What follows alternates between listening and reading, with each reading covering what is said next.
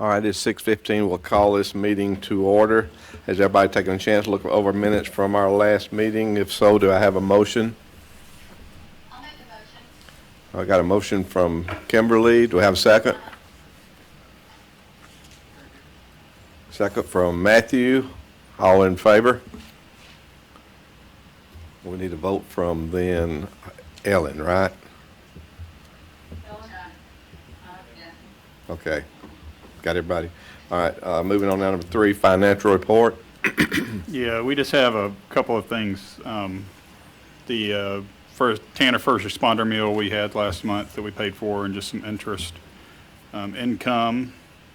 And so right now in the account, we've got 64,277. What was that again, Carl? That was it was $14.40 for the Tanner appreciation meal for the first responders meal that we did, and then interest of $10. So a total in the bank left right now of 64,277. 54. 64,000, yeah. 64. And about the only outstanding bill we got is still for the signage. Is that right, Tracy? We do. And then our fee for For the attorney. attorney. Yeah. Okay, any questions on the finances? If not, we'll move down to old business. Consideration of liability insurance quote from Carroll Realty and Insurance Company. You gonna present that, Janet? I'm gonna take this off while I'm talking to y'all. Okay, did you all have an opportunity to review the 47-page document from Carroll Realty? A little bit. In detail. Okay. So, Tracy sent you guys what we currently have with Philadelphia Insurance Company, which is $1,520 what we pay. Based upon the new proposal, I did inquire to see if we needed the employment practices liability, which is $300, and the crime $200, and the cyber risk liability, which is $801. From my understanding, we did not need that additional. I did talk to our CFO, and we do have the cyber risk insurance through the city. The other would be, I'm assuming if we had an employee on the board, which we don't, this is a volunteer board. So all that other insurance we have through the city. So my understanding is that is not needed. If we were to remove those 3 things, that would bring the new policy from Carroll Realty and Insurance to $1,020. Discussion?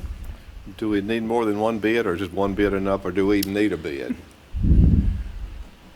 Not think for we something like this, and we had such trouble getting this Exactly. to start with that, and plus this is less than what we were Yeah. paying the old company. Exactly. Correct. Yeah. And so I actually corresponded with them too. Correct. All these emails, and we didn't have any of the policies that Janet mentioned, the cyber and the employment. We didn't have those with the old policy either. And the insurance guy said we don't really need them for this policy. So I will make a motion that we approve the $1,020 for the insurance, removing the cyber and the employment policies and the other optional Crime. one. Crime. Yeah. I got a question, Carl. Does Yep. did we have a policy for the DDA and a policy for the, I thought was that was right? We have one for each, yeah. Yeah, they're And this- separate. This is just for the This is DDA. just DDA. DDA, okay. Yep. I second. All right, motion to second, all in favor? All right, Ellen? Yes, okay. Kimberly? And Matthew, everybody in favor. The second item tonight, as you guys know, this is not an action item. This is simply a discussion.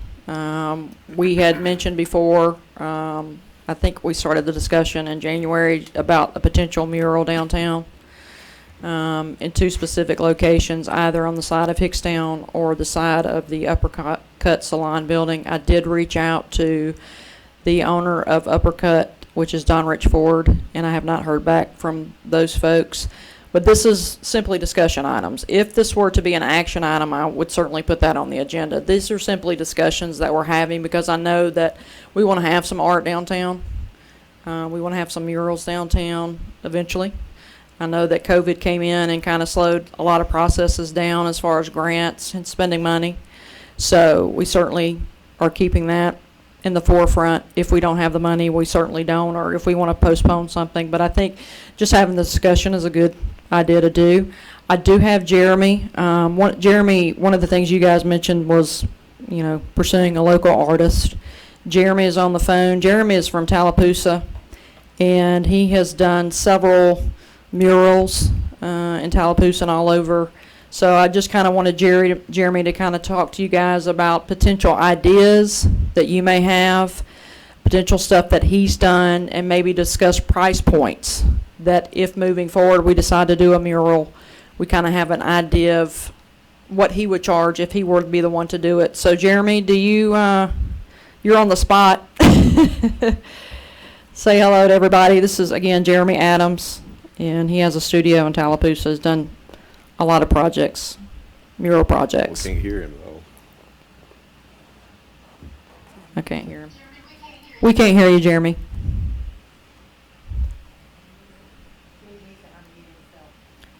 You need to, Jeremy, can you hear me? You would need to unmute yourself, which would be on the lower right hand on your computer. Little microphone. Uh-oh. I lost him.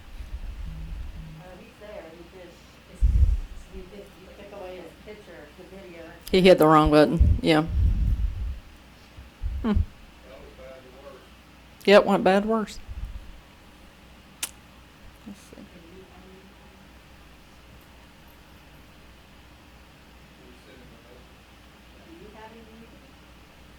He's connecting now. There he is.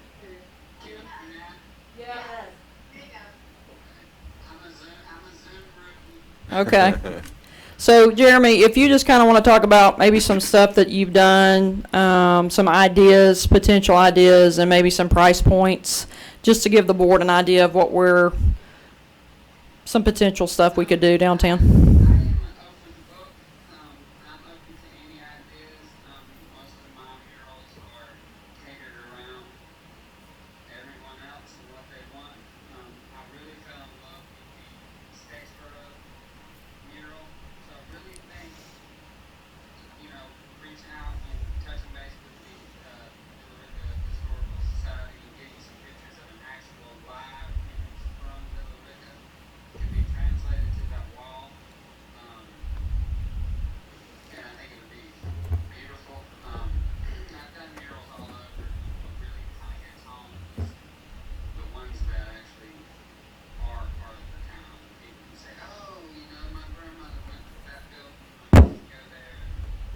There's been a real big hit here in Tallapoosa, the mural that I did for a restaurant that was basically all about Tallapoosa. So I'd like to come do the same thing for the Billerica Falls. I've been tinkering around with some layouts for the two buildings. I sent Janet, did you get the email I sent you? Let me look. 14. What I did is I overlaid the image that you sent me of the Statesboro mural. I kind of overlaid that exact image on top of the Hickstown wall. Everybody see that? Just to kind of give you an idea of what I think it would look like, because my price points are very affordable, to kind of keep with the historic look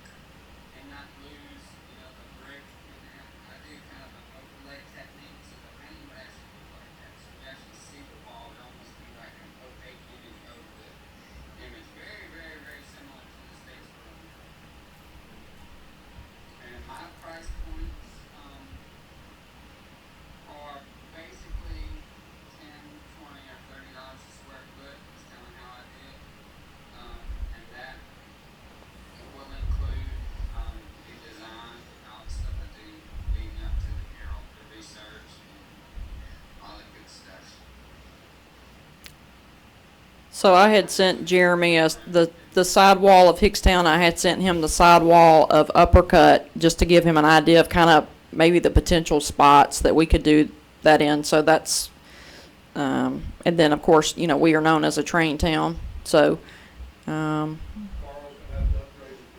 going to have to upgrade his building.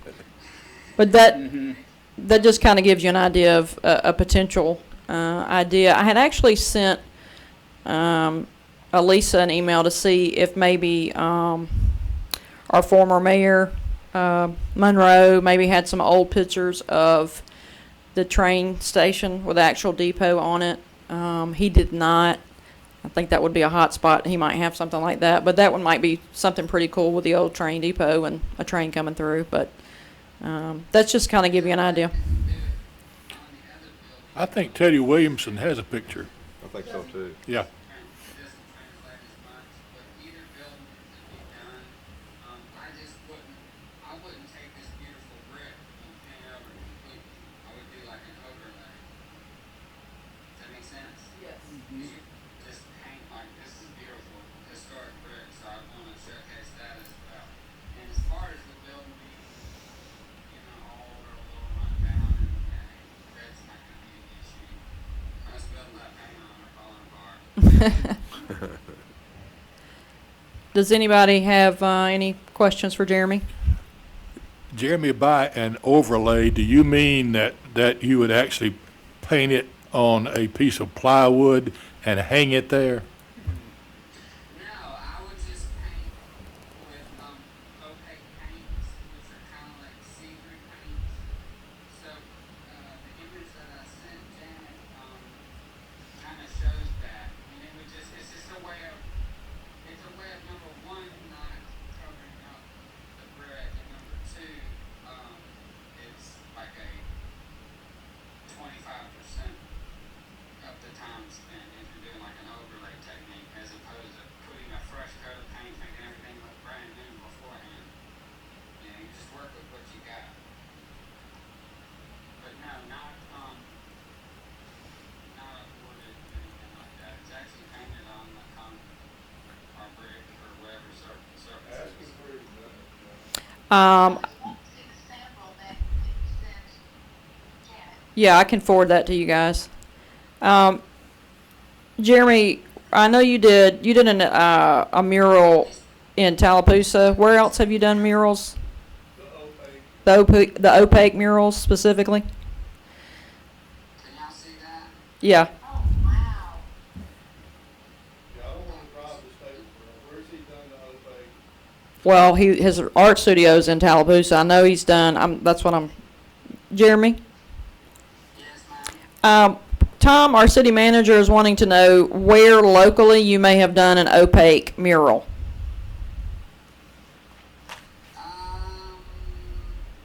Locally, I don't think I have an actual example of that. Okay. Our paintings are more like that, but I can send y'all some archives. I'll dig through my stuff to give you more of a sample of that. But it really would look a lot like this picture. Can y'all see that? Yeah. Yeah. Okay, thank you. Jeremy, do you know of an opaque mural in this general area?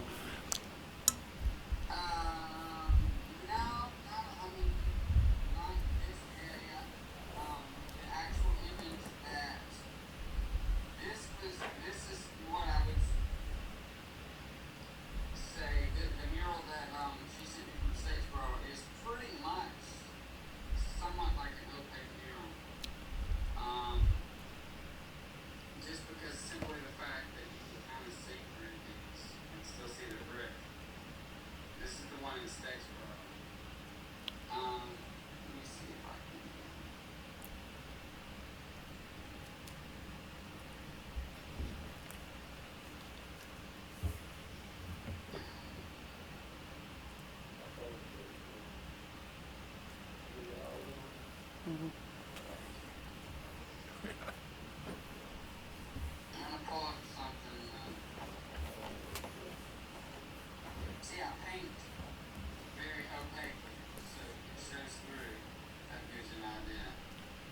But you still actually paint the brick. You just don't disguise that brick is behind the painting. Exactly. Okay, here's a little bit of an example. Here, I'll go here. So see this football player? You can You kind of mean see Herschel? through the background, but it's still there. Does that make sense? Yes. Yeah. Same thing with this. Ooh. It's just really a beautiful way of doing a beautiful paint technique that I think would work, especially with the brick. Do you have any Georgia Tech murals? Believe it or not, I've got a Georgia Tech and a Georgia Bulldog Oh my goodness. one. Look at this. So this is on one wall. That's on the other wall. I like that one. Is that opaque? And then the Atlanta Falcons is on the third wall. Oh, cool. I'm able to blend a lot. Awesome. Do y'all have any more questions for Jeremy? Yeah. And I was thinking, here's another little bit of a kind of an example of what I mean. This is the one here in Tallapoosa, Okay. Yep. the Welcome to Tallapoosa, and then simply because they didn't have much of a budget, I said, I kind of gotta do this. You see how you can see the brick through that? Yes. Mm-hmm. That's kind of how, that's kind of how, How it works. again, It kind of gives it a weathered look to me, and maybe that's not, like, it doesn't look brand new, fresh, exactly. like it's been there, and it purposely is supposed to have a little bit of a weathered look.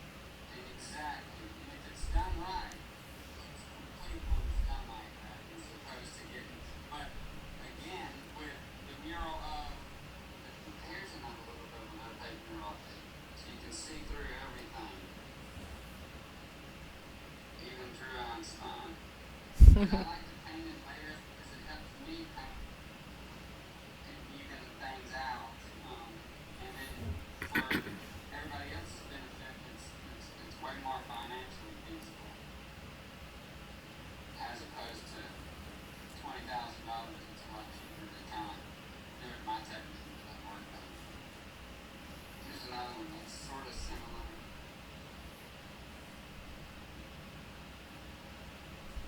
That's Sandy Springs.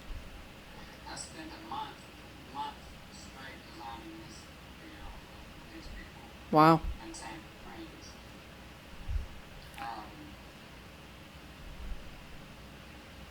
Jeremy, does it make any difference the texture of the underlying brick, whether they, It does, for me, it makes it a lot harder if it's not smooth. well, now the brick at the upper cut were sandblasted.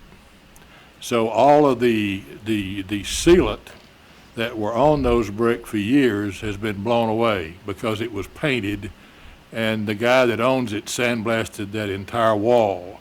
So that's a very absorptive surface there. So does that make a difference? Yeah. This building, Yes. Yeah. okay, yeah. And see, this one is a great location. It's because it's so dark, the contrast, it would be less feasible for a mural, but still doable. It's actually, it's a little better than, and I do see that it's pretty rough, but it can be done. It can be sprayed and done in a more efficient rate.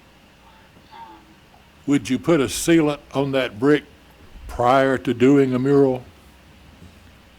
I would probably seal it afterwards. Jeremy, Well- what's the lifespan of your paintings or any mural at that point?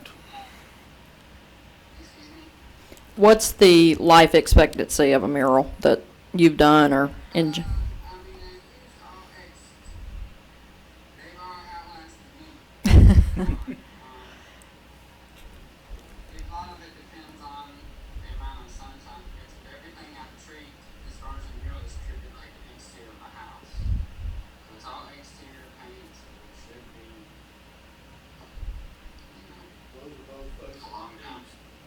should have not told us. Okay. like 10 years or 15 years? It should be, yeah. I mean, I imagine, I think the expectancy, you should get out of your house at 8 to 15 years, so you're right, about right on course. And I'm always available, I stand behind my murals, and I want to build a pet, so if something was to happen to it or get damaged, I'm always here to find me to come back and fix and all that good stuff. Touch up. Touch up, these things. As an aside, Janet, the murals down here at the mill, that I don't know if they were ever sealed or not. They need to be sealed, and we talked to the artist, Alan Kuykendall last year, so they need to be sealed, and then he will come back. There's a couple that he will touch up, and there's a couple that he probably needs to totally redo because of the way the water runs off the side of the building. Yeah.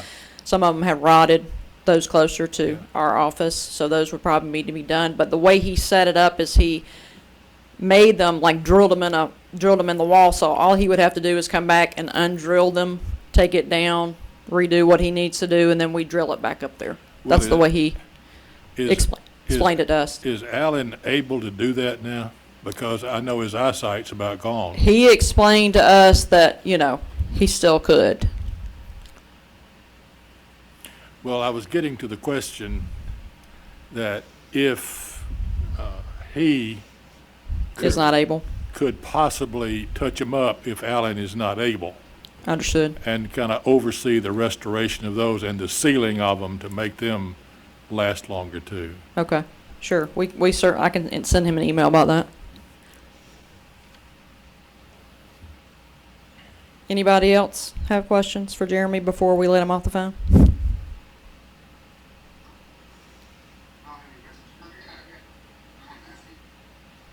Ellen or Kimberly, do y'all have any questions for Jeremy? I don't have any more questions. Okay. You're good, Ellen? You're welcome. Thank you guys very much, and I'm available to make it happen, so I appreciate you giving me the opportunity, and I've got more stuff I can send if y'all have any more ideas or anything else, examples, just let me know. And being a former resident of Billerica, I think it's fun. And I'm fast and efficient, I love to make it happen. All right, sir, we appreciate your time. Thank you very much. Thank you, Jeremy. That's all I had for. Yes, sir. My question was, apparently I was having yesterday, maybe zoning or historic preservation has some sort of mural project going on as well. Talk about that, you know anything about that? I was not in that meeting. I think Kimberly was. She certainly can elaborate on that if she wants to. I was not in that meeting for planning and zoning. It's been a while since I've been in a meeting about it, but, I was approached by, Councilwoman, Leslie McPherson, and she's asked that the Village Arts Coalition be involved in creating some beautiful paintings to go on the walls in the alleyway project. So that would be between South Carroll Road and South Canmore, is it? Yes. Yeah, so the alleyway right there, and, beautiful. We saw this, 3D video of how, there might be benches and maybe some special lighting, and some really nice level walkway through there, and, yeah, and then she showed us every place where we would need to have a painting, or a mural, whatever. But I don't know anything about a start date. I don't even think we're there yet that we can say a start date. But we're in the process of lining up artists from the Arts Coalition, to, say, yes, we want to participate. We want to do one of the paintings. And that's everything I know right now. We're supposed to tour with Leslie. She had knee surgery, and as soon as she gets well and is able to walk again, then there's several of us from the Arts Coalition who are going to go on just a walking tour back there Okay. So is there, so it looks like the planning and zoning staff is also involved. You know anything about that? You know, I honestly don't even know who all is on this committee. I just know that, you know, I'm on it, Leslie, there's two gentlemen, who are on staff for the city of Littleton, who are helping her, and I'm not sure who else is on it. Okay. Perhaps the two gentlemen you're referring to is Chris and Ron from the other commission. Correct. It is, it is. Well, I guess, Janet, my only thing is, you know, I like the area, I like what you showed us there. I just wanna make sure we're not gonna overlap, you know, I like some addition. If we all work together, though, I like that idea. I think the best idea for that, Matt, is for all of us to meet, for those that weren't in that first meeting, and then everybody that was involved in that first meeting, kind of sit down and discuss future plans and ideas about it. That way we're not overlapping or, I agree because I want it to all be a consistent look, and how many are too many murals, you know? Simple elegance and having a few, or are we gonna have, you know, both parties do work together so that it's not, you know, two different things or conflicting artworks, you know, it needs to flow together for sure. I agree. Because every artist has their own style, you know? I agree. Well, I think I saw an email from Ron about trying to do some proposed meeting days. I don't know if I'll be available to attend it anytime soon, but maybe that's when we can do that. So we can get on the same page. Yeah. sure. Great point. Otherwise, I like everything work. So, And I'll get him to forward me some more of the opaque stuff that he's done, and I'll send all that to you guys in an email, so you can look at it. That's all I had, guys. Thank you. All right, we'll move on to number 5, new business. Jerry, before we leave that totally, at $20 to $30 a square foot, I'm just estimating the wall down here at Hickstown at being 100 by 30. The whole thing would be $60,000 at $20. But it looked like he proposed to only detail the lower half of it. So I'm assuming that would bring his price point down accordingly. Janet probably can get us a approximate price, yeah. Anything else, Bill? All right, any new business? Public comment? Item future agenda? Executive session? We'll keep that until the end of the meeting, if you don't mind. Okay. Or, you know, if you want to, we can do it now, but it'll be easier. Okay, just want to put that off and do it at the end of the meeting? I so move. All right, to have it at the end of the CBD meeting, do I have a second? So we're holding over the DDA meeting until we finish the CVB, The is that what we're doing? executive part, yeah. Okay, well, that would be holding over the whole meeting, so. Yeah, so I guess we put a stall on this meeting and jump into the other one and then come back. Because we shouldn't adjourn this one if we're gonna have executive session, so. Okay, so we need to. Whatever you So I want don't to know. do. Where's Matt the lawyer? Matt, how should we do this? I can't hear what's being said too well. What happened? We have something for executive session, but they want to delay it until after the CVB meeting. So we've got to keep the DDA meeting open, do the CVB meeting, and then come back. Yeah, I think that's what we've done in the past, right? You know, like, recess or something. Okay. So I guess Bill made a motion that we recess the DDA meeting until the end of the CVB meeting, and I'll second that. Okay, motion and a second, all in favor? All right, I think everybody's hands up. Yep. Yeah, I think she raised her hand. Okay, so we need to call the CBD meeting to order then, is that right? Mm-hmm. Let me find my paperwork. All right, Has everybody taken a chance to look over our minutes? If so, do I hear a motion? Yeah, I'll make a motion to, Kim made a motion then, and I think Carl made a second. Is that right? yep, that's right. Motion and a second, all in favor? You get everybody, all right, moving on down to financial report. All right, everybody should have a couple of pages in your packet there. One of them is just the income and expenses that we've had January through June of this year compared to January through June of last year. And you'll see that bottom line, we're actually in a better position this year than we were last year because the expenses have gone way down. For the main part, it's the we had a $10,000 grant in 19 that we didn't have in 20. So that's reduced the expenses. And then some other expenses have been reduced too, just because Sharon hasn't been traveling as much and there hasn't been, conventions for her to go to. So, and that's going to continue, with those expenses being down.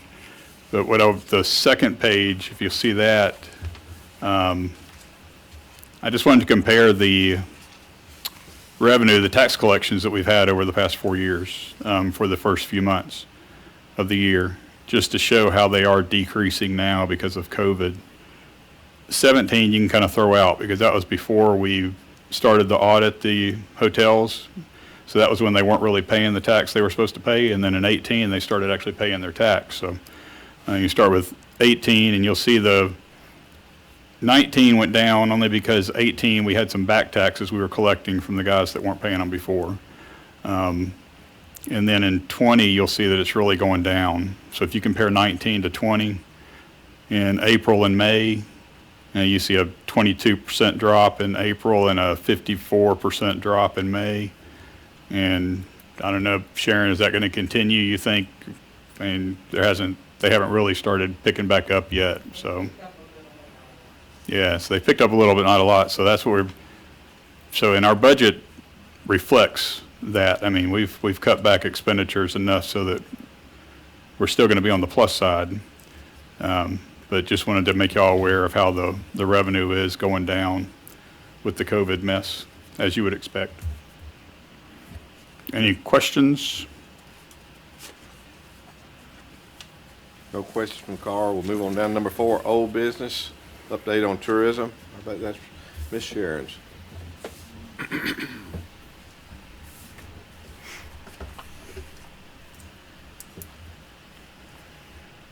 All right, so the hotels they kind of holding their own. Can y'all hear me okay? Did I keep my mask on? Yeah, just pull the microphone down a little bit. You're kind of short. With me? He said he can't hardly hear you. Okay. They're kind of holding their own. The American Inn and Suites though probably suffered the most, and then they closed. Get closer to the mic. And then they closed the ramp, when they did the bridge, that hurt him even more. So, I'm sorry. So Oh, there we he's go. been struggling, but as he put it, I'm on oxygen, but I'm still here. So he's doing the best he can right now. But everybody else, they're kind of holding their own. It fluctuates, of course, from 40 to 50, sometimes lower, depends on what's going on. But I told them that we could possibly be doing the Gold Rush Festival, and they're looking forward to that. The RVICs are all open, so I mailed over 1,000 brochures last week, and I got another 900 to mail, but the post office was out of supplies that I needed, so go figure. The state VICs are opening in phases, so they opened Augusta and West Point so far, and then just to compare what we're doing, Augusta canceled their Arts in the Heart of Augusta, and that's after 39 years, the first time they've had to cancel that because of COVID. And Americas has canceled Taste of Summer after 32 years. The Gold Museum is back open, but it's by reservations only. And I have a travel writer coming in August to do a story on Villa Rica, kind of get us some more exposure. She's going to come August 19th through the 21st, and we'll just have to pay for her hotel and meals. That's what I got for that update for right now. Any questions for me on that? No? My grandmama used to say silence gives consent. All right, move on down to number 2, presentation on VRAC grant expenditures. All right, that's me. And, I had hoped that we could get somebody from, the Art Coalition to come and present this, but we don't have anybody. I would love for Pat Clark to commit here to, be part of that. She's in Arizona right now, so actually, I'm, I guess the only one that really understands everything and, answer your questions hopefully. But what we did was, everything's been calculated and our tourism expenses, the thing that makes it qualify as a tourism expense is anything that has the potential to bring in tourists. And I'm not talking about just visitors, I'm talking about tourists. We're letting that is considered to be a tourism expense. So we held real tight to that, and as you can see, on the 2 sheets that talk about tourism expenses, December 28th to April 2020, well, we actually spent $15,828.76. So that means that we spent all $10,000 in that 2-year period. And we're very grateful for that. We gave one small grant to Thomas Dorsey. We let all expenses be counted in things like workshops and our 2 special events, which, one was Art in the Garden, and the other was, of course, Art Fest.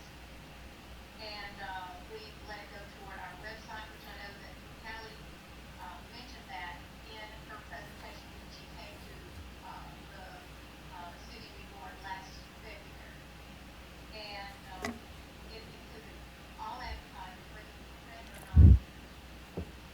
So that's basically what it went for. And if you guys have any questions, I'm happy to answer, and if I don't know the answer, I'll get it. Or anybody? Anybody got any questions, Kimberly? I'm sorry, say that again? I said, does anybody have any questions for Kimberly?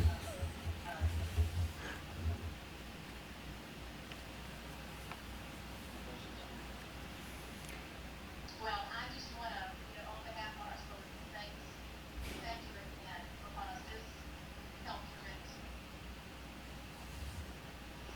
Kimberly, can you give us some idea about the tourists/visitors that came to these workshops that you held throughout the year? Sure. I'm so excited because when I look back on it, we had a number of instructors who came out for the workshops who were from different states. We had to get a hotel room. So that was great. And I'll tell you that the 3 workshops that really stand out to me are Kelly Silva with Word Devotion.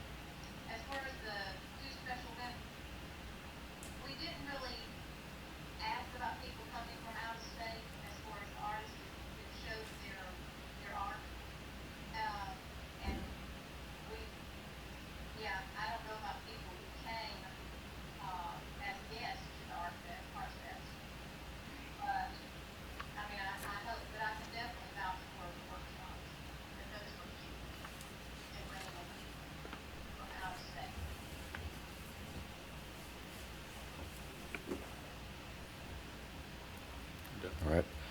Any more questions? If not, we'll move on to number 5, new business, discussion of separation of CBB from DDA board. Okay, as you know, we all met or in person or by phone last week regarding separating the DDA and the CBB.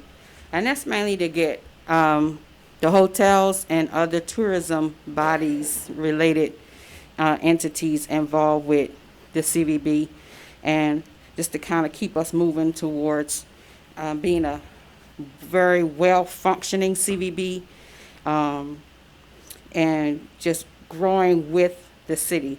I talked with Carrollton and to see what their membership, we'll see what their board makeup was.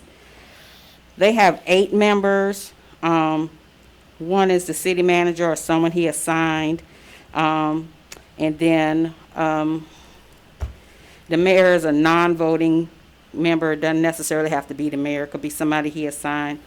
Director of Parks and Recreation, which one of the positions that we talked about, and or someone that they assign. They have a hotel, a restaurant, and then they have 3 at-large positions. And one is required to be another hospitality. It could be a restaurant, it could be another hotel, and they still have 2 at-large, which can be anybody. So I know we all talked last week, so just wanted to, I guess, have y'all vote on whether to separate it. And I did my research to get training for the CBB board. Tourism Skills Group. Tom and I met with Neville last year in February when we first talked about separating the CBB and the DDA. His rate was $2,500 for a, I believe it was a 2-day workshop for training.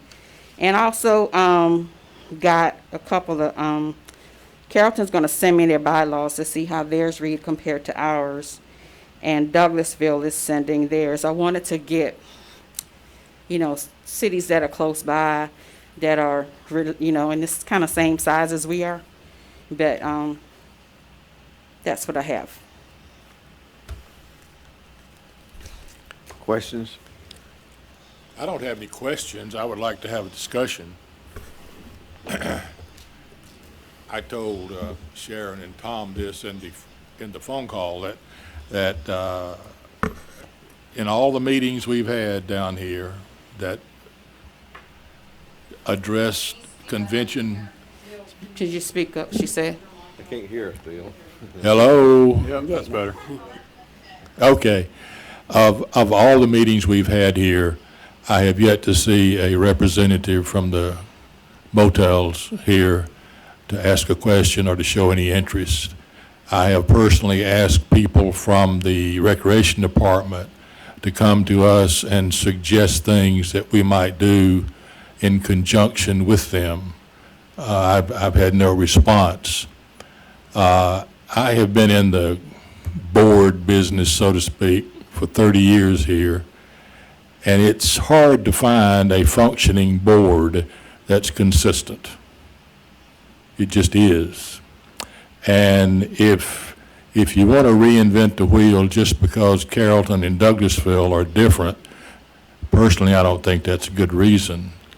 But instead of reinventing the wheel, I would like to see us kind of fortify the spokes, because the downtown is still going to be the hub of any convention visitors activities that we have here.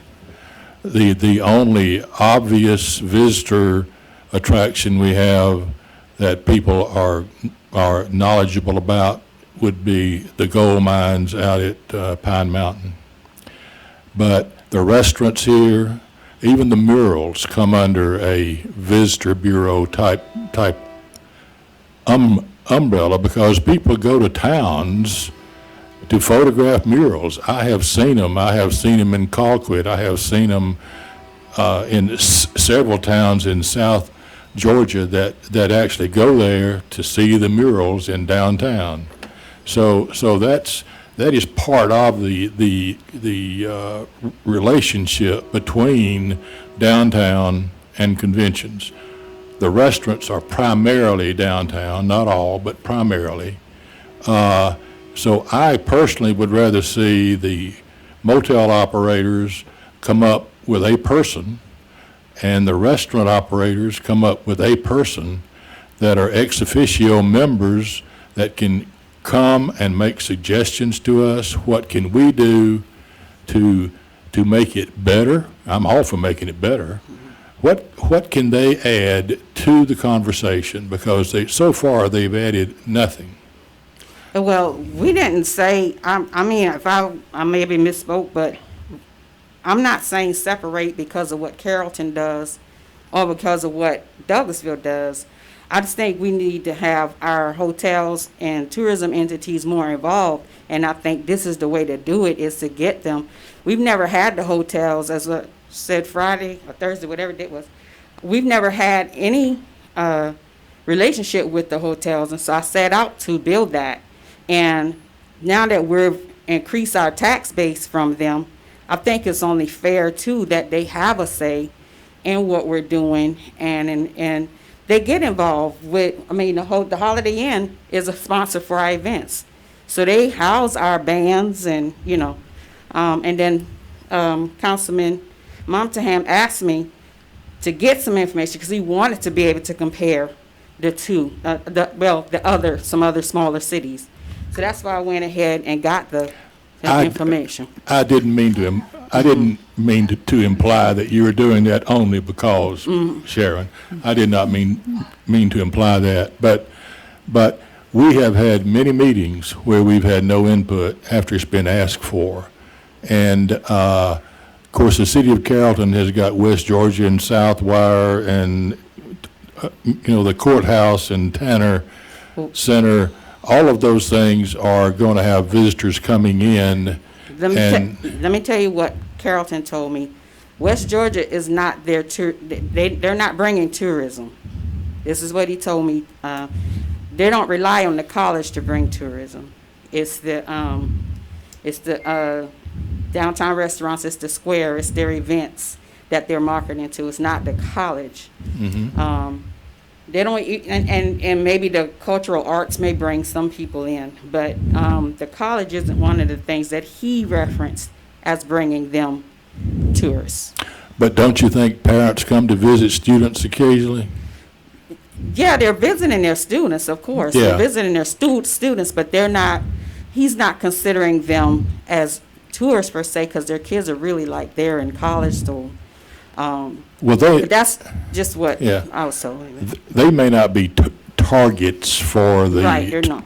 tourism group in downtown Carrollton, but the kids come up there in mass, and their parents come to visit them if they're in dorms or fraternity houses, sorority houses.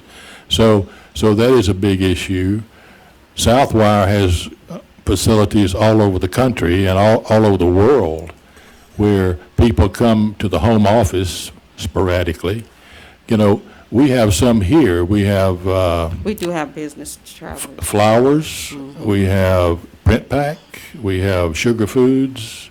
We have Southwire here, and so they actually come in and utilize downtown. They also utilize the motels. So, for training, yes. Personally, I would like to give it a trial to have an ad hoc or an ex officio, whichever the term is, have someone from the hotel group and someone from the restaurant group to routinely come in here and give us their input as to what we can do, because downtown is still going to be the hub of the activities. And they rely on us, on our events, to fill their hotels. Right. And So, but it's a partnership, and I'm sorry. I just have a question real quick. What we're talking about though, if the boards are separated, they're not going, it's not like a divorce, is it? It almost sounds like this might be a way to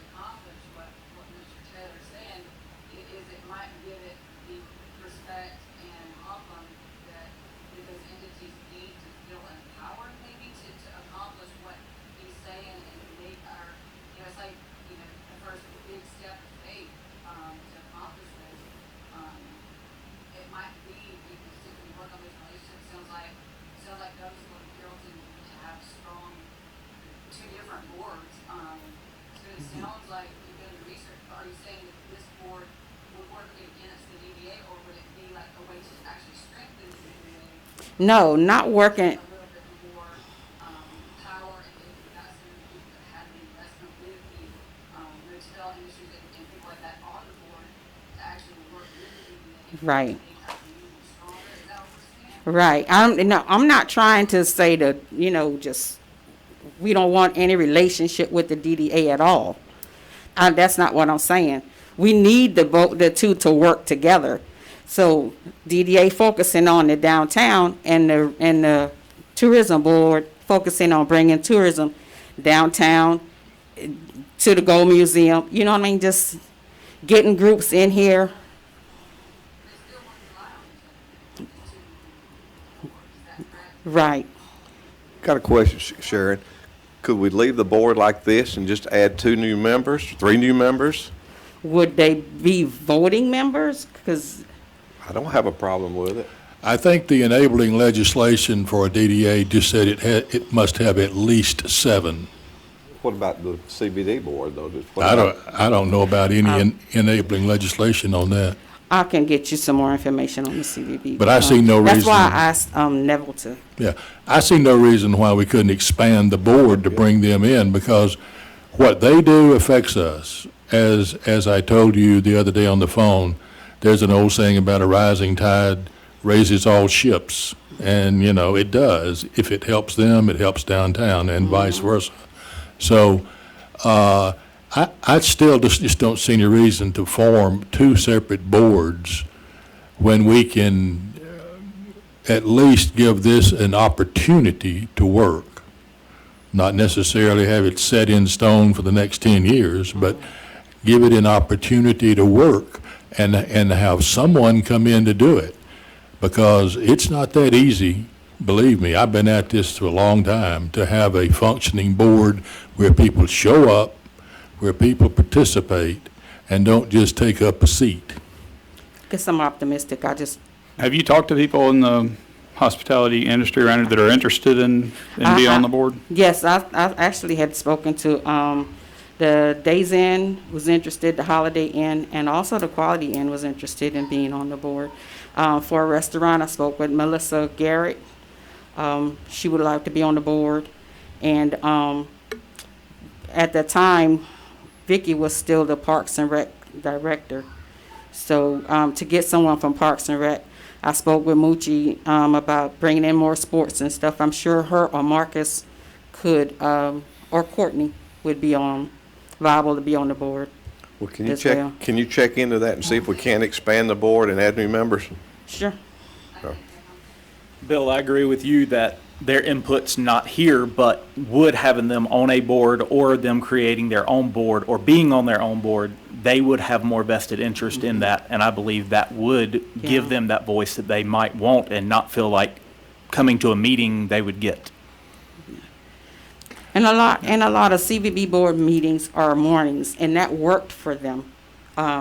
That's just been my experience through the years. And it worked for the hoteliers better. It worked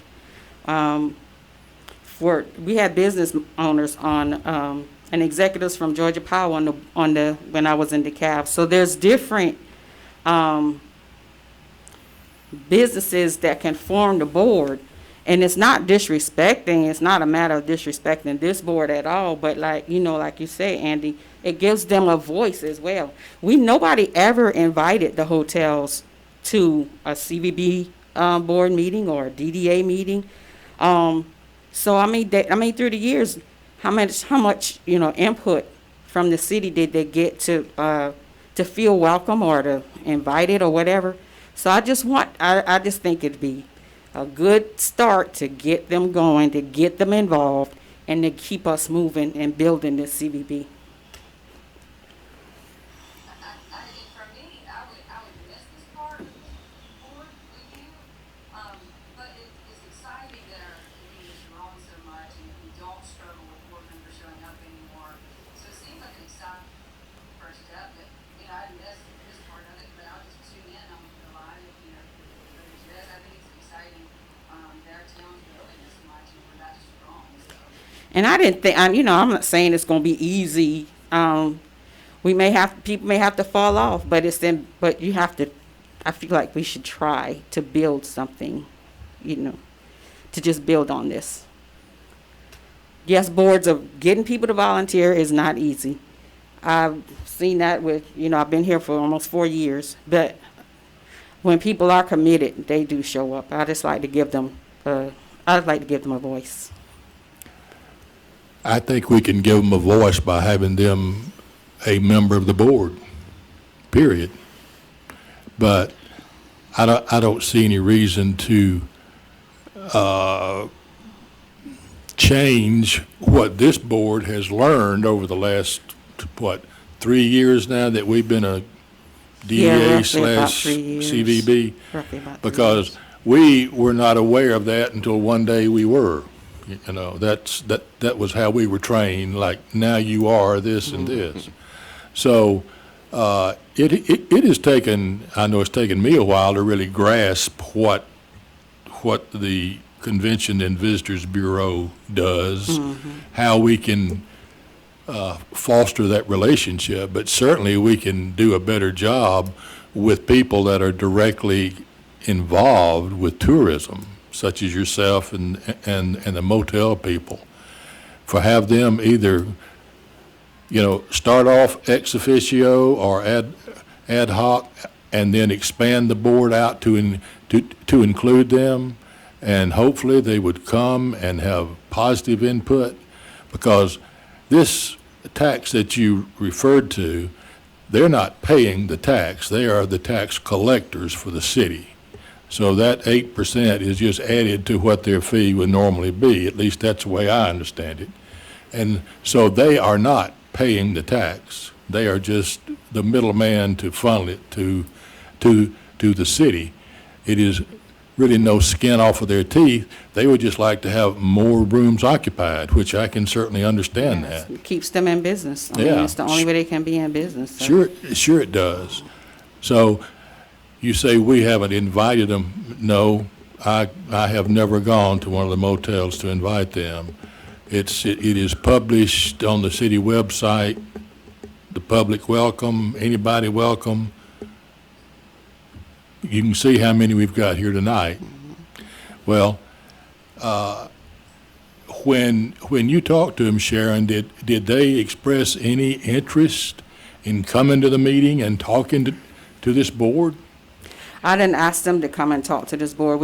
I just talked to them about helping us to form us to do a new CVB board. We were talking, Tom and I were talking about doing a new CVB board, separating the DDA from the CVB board, as we spoke of last week, and getting them more involved.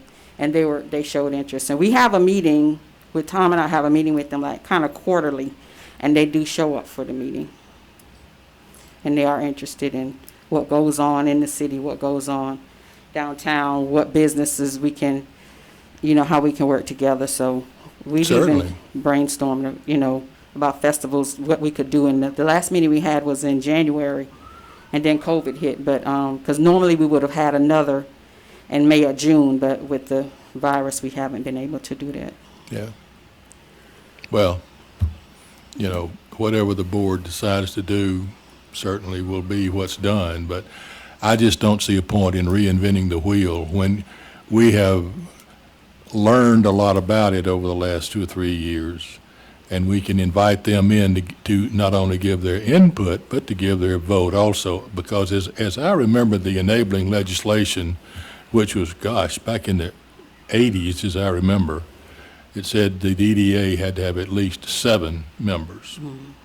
It didn't say at most 7. So, for what it's worth, there it is. Sharon, do you think we could just table this and then check into it, see if we can just add members to this board?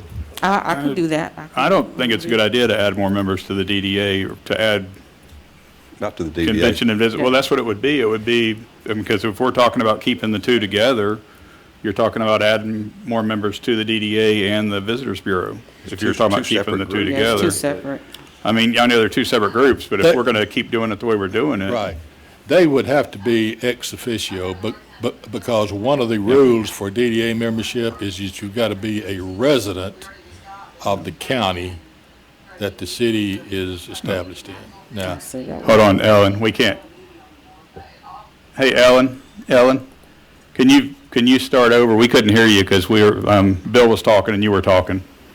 What were you saying? Having a hard time hearing this, but now, but it already sort of feels like a natural fit, right? Because we stop, and adjourn, and then we just start right back. So it already felt like it kind of is a natural fit. I think maybe that's what y'all are saying, but I can't hear. I know I'm new on the board, so, but it does seem like it would be fitting and easy transition, because we, it's two different meetings, adjourn and we start again. And it does feel like it might be clear for the community, for them to understand, like, why we stop and we start again. And then Mr. Bill said it took him a couple of years to get the swing of it. I think we're cutting it out, but that's what I took from it. Y'all are saying that, that it took a while to get the standard going for this, and that this board really has nurtured it, sort of like an incubator, and now it's time for it to grow and just keep getting stronger. I think that's what y'all are saying, but I apologize, but that does make sense to me, that it's talking about. Actually, I think it needs to be two boards, two different boards, with the different people from tourism, representing on that board. Just because I think they have a different viewpoint than what we have. None of us are tourism experts, and we have learned a lot about the tourism since we've started this. But I think it's time to split it off, to have new people on the board, get new people involved, get them involved in city functions where they haven't been involved before. This would be a good way to do it. And if it turns out that we can't get anybody on this board and it blows up, then we have to take it back over again. Because it was thrown on us to start with, so they could just throw it back on us again. But I think it's a good time to give it a shot and to try to get new people involved in the community that are involved in tourism, and get them on their own board. That's the position I'm coming from. I'd like to say something too. I would think that, I would like to see us keep the two together right now, and then for those who, Sharon wants to, recruit to be on the board, let them come in for the CBB portion of our meeting, and just see who is gonna be interested, who's gonna show up this time for a while, and just kind of fill it out. And if it looks like they're gonna have good participation, maybe we revisit it a little later on. But I'd be real curious to see how many people genuinely will come consistently, who we're talking about serving on, what would be the new board, the CBD board, separate. That's like adding another requirement. I mean, because when we look at the DDA board even, everybody didn't attend meetings every month, right? Did you attend meetings every month, Anthony? So, I mean, I think that's adding another kind of caveat to them being a member of the CVB board that wasn't there for everybody else. So is that fair? Is it like judging? I mean, I'm just trying to see the fairness of making that a requirement for the hotels or for the other tourism entities. I think it should be a requirement for all of us to attend at least half of the meetings, period. But that may not be feasible since it's a 4-year appointment. And I'm assuming that this would be a similar type deal for a new board for tourism. I still think it would be best to at least initially, have them send reps and talk to us about what they perceive need to be done, and gauge just how interested they are. I know you've talked to them, and I trust your judgment, At the same time, I've been in this a long time, and I have seen people fall by the wayside right and left. So, I think adding, well, here's my thing. I think the CBD as currently constituted doesn't have the cross-section and diversity of industries that a CBD board should have. The DDA board itself is made up of those who have some sort of interest in downtown, and that excludes those who have interest outside of downtown. That excludes those hotels and motels that are outside downtown. It excludes restaurants outside of downtown. It excludes Pine Mountain Gold Music. It excludes even the possible Parks and Rec, kind of leisure tourism activities that we could draw in. And so just yearly bringing in additional board members from the, and so since the DDA board was, the CDP board, excuse me, was constituted from the DDA board, that means the CDP board inherently is basically a downtown board again. It's not really supposed to be designed that way. So I think therefore the CDP board is missing, the input and ideas, elements of those, like I said, leisure tourism industry, those outside downtown industries that were mentioned. So, and I don't think just simply adding new seats is going to rectify that. Because there's a cross-section of industries that the CDP board should be serving and doesn't serve. And the next thing you know, we're going to have a 15-seat board, way too many cooks in the kitchen. So I think supposedly, I don't know if we do an overnight thing, maybe do a transition thing. I would like to see something in writing, but we really have a final vote on it, like a change in bylaws or something substantive to review and decide upon. But I think eventually we're going to need to change the CDP board and move it over to something that's more representative of what CDP boards are in other parts, not just Carroll County, but other parts of the state, and that is representative of the tourism industry. And downtown is part of that, but there's so much more to tourism than Downtown. that we're missing out there on the CDP board, I think. And I think we're going to open up that cross section more. Maybe not overnight, maybe slowly, but I would like to see members from, when I spoke to Sharon, I said, something, I would like to see members from the hotel tourism industry, hotel industry, I would like to see members from Parks and Rec. leisure services, museums, even our Chamber of Commerce, even had input. I did tell her though, I would like to have the city have still have a seat at the table there, some sort of form of membership or oversight or something. But I do think we need a change on the CDP board. I just don't think that the current CDP board as it's recommended, as it's comprised, just does not represent the full gambit of what the tourism industry is, and we're just missing out on our money. And that's my opinion. That's just my take on it.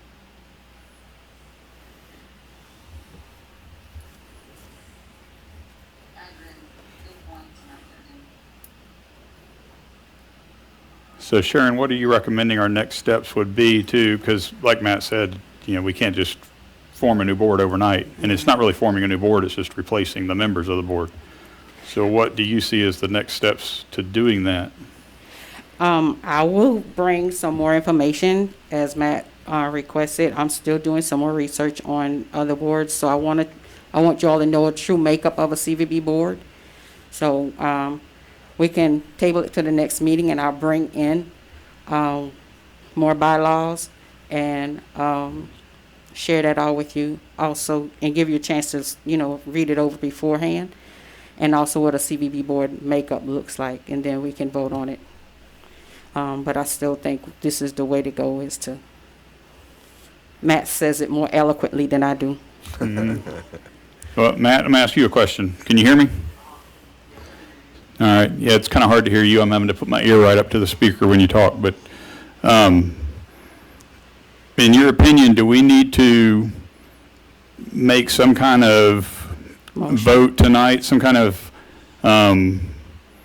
just to see if we have enough people that want to approve of starting the process of replacing the members on the CVB board with the makeup that we've discussed, or, I mean, do we need to go ahead and do something like that now to give Sharon the go-ahead to start putting together a new board? In my opinion, I don't really think we can vote on anything until we actually have something substantive to vote on. Those bylaws change on something to actually do that. However, if we want to have the general, Sharon's not our employee, so we're not having to pay Sharon to do work. But if you said, Sharon, we all want to explore options and then bring them back to us for local consideration, I guess we can do that and maybe have a promotion to do that, but I don't think she needs that kind of authorization from us per se, by motion. So I don't think we can vote on anything, but I guess the board also just say, Sharon, whether or not I agree with you or whether I think you're proposing, excuse me, I would like to explore these options and come back to us with something like that, I guess. Did everybody hear Matthew? Yeah. Yeah. Everybody agree with that? Mm-hmm. Yeah. All right, thank you, Sharon. All right. All right, moving down to number 6, public comment. Item of future agenda. And we're gonna not do the executive session here, but we're going back to the other meeting, is that right? Yep, I'll make a motion to adjourn the CVB meeting. All right, got a motion, Second. a motion, a second, all in favor? Then we'll go back to the DDA meeting. Do I need to have it?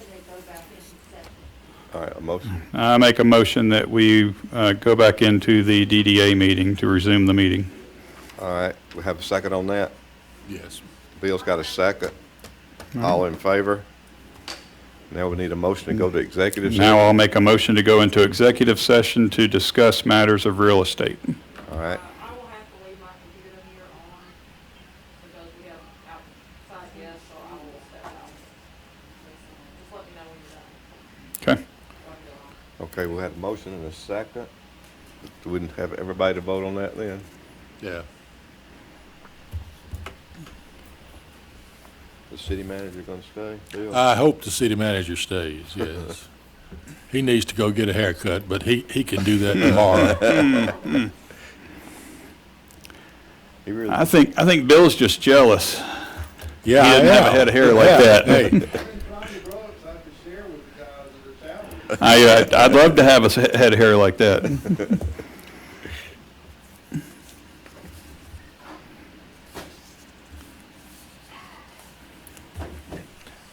okay, this is not to purchase any particular real estate, but it's to look into the possibility of working toward a purchase or a selling of a piece of real estate, particularly Jane's Bargain Barn properties. That area right there is eligible for tax breaks because it's an official historic district. It is an area that is in the rural zone. It is eligible for low interest funding through the DDA, and so that there are a lot of little perks right there that might add up to be a significant inducement for somebody. And I don't know what these perks might add up to, but this is kind of what I envision. Hopefully we can get somebody with more sense than me to put together. Say we look at that piece of property and get its evaluation from the county, whatever it is. And then we assume that it may take X dollars to rehab it to suit the Historic Preservation Commission and the DDA. What kind of incentives are there, and what would they amount to for a potential buyer that wishes to purchase that and to redo it in such a way that it adds to the tax base of the city, adds to the businesses of the city.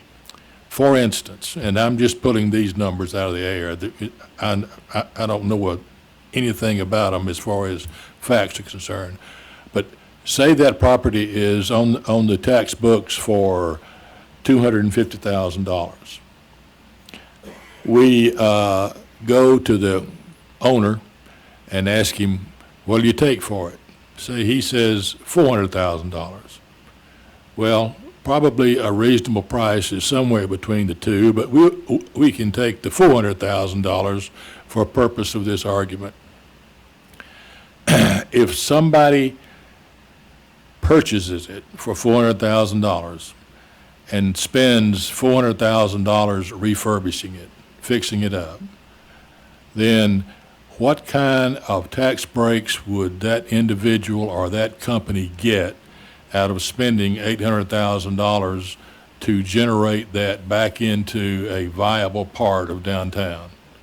And can we, as a board, with help with the city, either hire somebody or find somebody that can come up with that particular scenario? I think the number with a specific example, yeah. If it's $800,000 that somebody spends on it, how much of that will be deducted as a tax credit? How much would the rural zone help?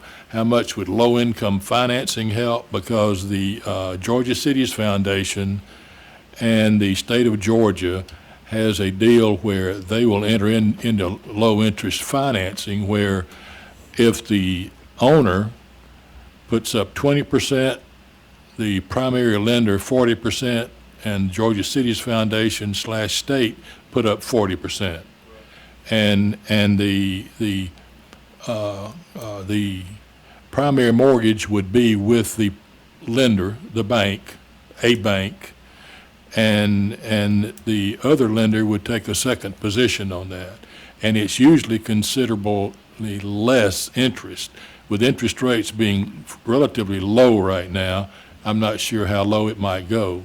But to consider all of these perks, so to speak, what can we do to say, come up with a hypothetical price, hypothetical benefits, and then with the agreement of the present owner, turn it over to a local realtor and see if we can find somebody to do it. Because the longer it sits up there in the condition it's in, the worse shape it's going to get in.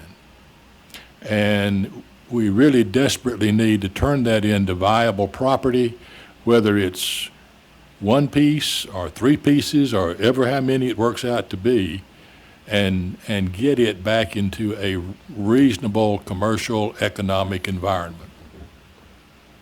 So that's what I would like to kick around and see what we can do about it.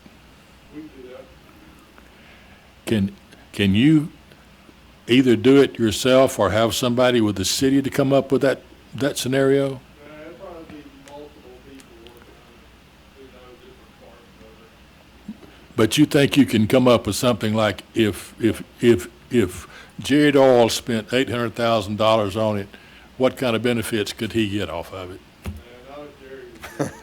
Well, Jerry wouldn't spend over $750 on it.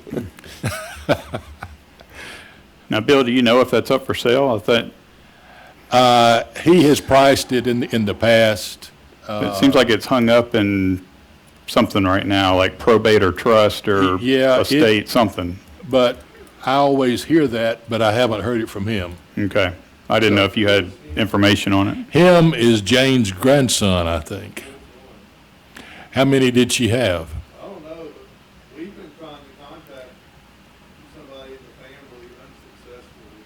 We have multiple phone numbers that are all disconnected. Really? What is the mailing address on the tax bill? It's still Jane. Jane's? Well, Does she live in a P.O. box? I've looked at it, but I don't remember. Well, I'm assuming that somebody's paying the taxes on it. And so we should be able to figure out who that might be. You know, I really don't know. I've only talked to the guy one time. I've talked to him one time, but I don't have his number anymore. Yeah. Well, I think the longer we wait, the less likely it's going to be to find somebody that wants to mess with it. And it sure would be nice to get it fixed. So whether it's, yeah, get it back on the market, either give it to a local realtor, you know, whatever the search leads us to, we need to try to do it, because sitting still doing nothing is just not the thing for us to do with that piece of property. So That's Tom's it. gonna check on to it. He says he is. All right. Everybody get that? Matt, Is what, Bill's proposing, is that something that we can ask Ken to help out with? I think he might be part of it, but only part of it. We've got contacts with DCA, and we've got, you know, Ron can help us. So, I mean, there'll be several of us working on it. But, Bill, is your proposal for the DDA to purchase it? No. He wants me to get it done. We, yeah, I do, in fact, but we can help with that low-interest financing through DCA and the Georgia Cities Foundation. We have done that one time in the past, and it really works. Yeah, we do. My concern right now is that if this, and forgive me, I don't know about the meetings very well, maybe ask Casey, but I'm not sure, if we're not talking about the DDA purchasing it, then I don't really know if this conversation is a executive session conversation. Well, you know, we could potentially purchase it, but that is not my intent right now. My intent is to help the owner market it. Okay. I was just saying, I'm just uncomfortable having conversations with things that don't kind of fit in the statute, y'all. That's all I'm saying, okay? So let's, make sure we're, running by potential executive session topics, maybe with our legal counsel beforehand, okay? Okay, so, Bill, I mean, that sounds like a great idea. I'd love to get somebody on it to look into it.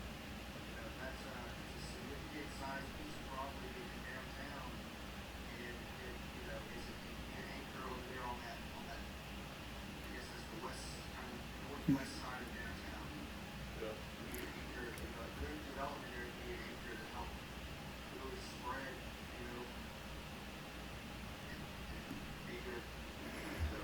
And I would like for the DDA to look into purchasing it. I think that we need to start looking into purchasing any property we can downtown.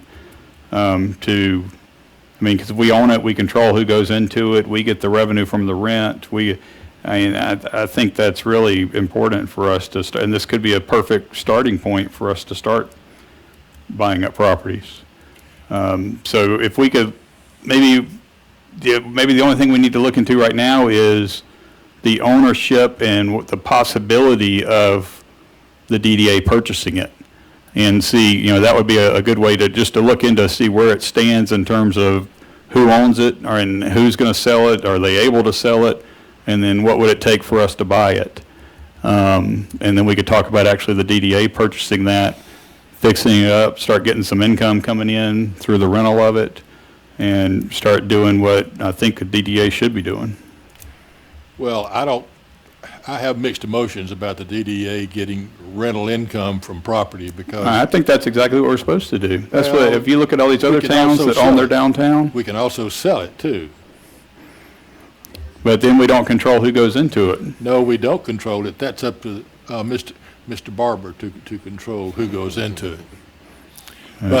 But I don't know if the DDA would be eligible for the perks that are associated with that piece of property or not. I kind of doubt it. since we don't pay income taxes and everything, but it would be a lot more attractive to an investor to do that and get those perks. But now, if DDA were to purchase it, I guess here's my question. I don't know if you know the answer, maybe you know the answer, maybe Janet does.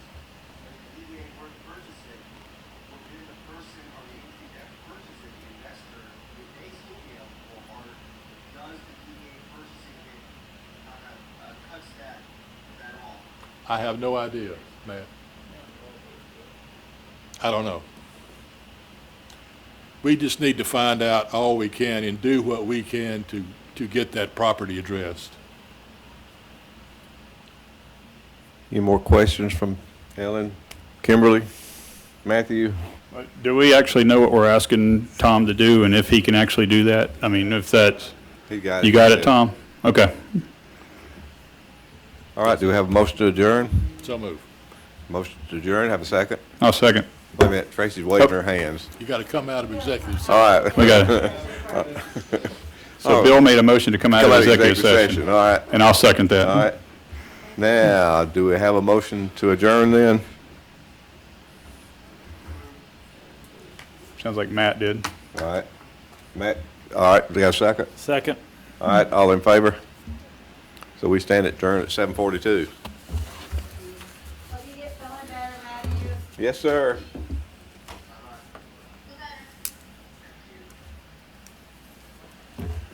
Good luck, Tom. I just love giving you more work there, Tom.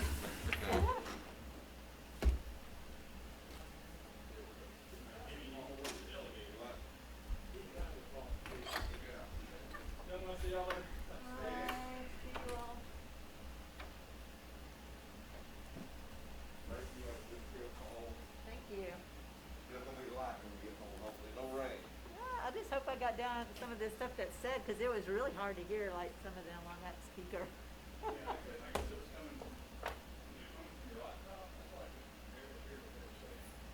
Yeah, I had it all turned all the way up. Yeah, that might be good. It was hard. Y'all have a good one.